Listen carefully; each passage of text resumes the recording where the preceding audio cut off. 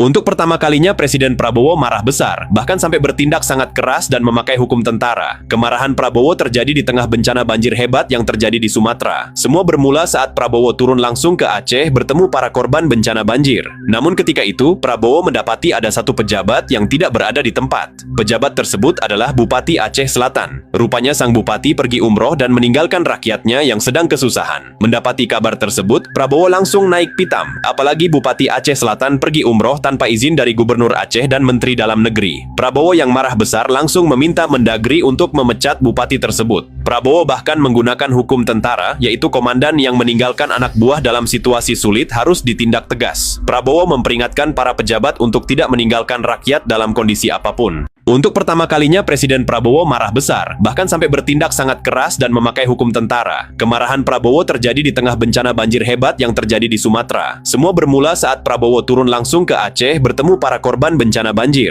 Namun ketika itu, Prabowo mendapati ada satu pejabat yang tidak berada di tempat. Pejabat tersebut adalah Bupati Aceh Selatan. Rupanya sang bupati pergi umroh dan meninggalkan rakyatnya yang sedang kesusahan. Mendapati kabar tersebut, Prabowo langsung naik pitam. Apalagi Bupati Aceh Selatan pergi umroh tanpa izin dari Gubernur Aceh dan Menteri Dalam Negeri. Prabowo yang marah besar langsung meminta Mendagri untuk memecat bupati tersebut. Prabowo bahkan menggunakan hukum tentara, yaitu komandan yang meninggalkan anak buah dalam situasi sulit harus ditindak tegas. Prabowo memperingatkan para pejabat untuk tidak meninggalkan rakyat dalam kondisi apapun. Untuk pertama kalinya Presiden Prabowo marah besar, bahkan sampai bertindak sangat keras dan memakai hukum tentara. Kemarahan Prabowo terjadi di tengah bencana banjir hebat yang terjadi di Sumatera. Semua bermula saat Prabowo turun langsung ke Aceh bertemu para korban bencana banjir. Namun ketika itu, Prabowo mendapati ada satu pejabat yang tidak berada di tempat. Pejabat tersebut adalah Bupati Aceh Selatan. Rupanya sang bupati pergi umroh dan meninggalkan rakyatnya yang sedang kesusahan.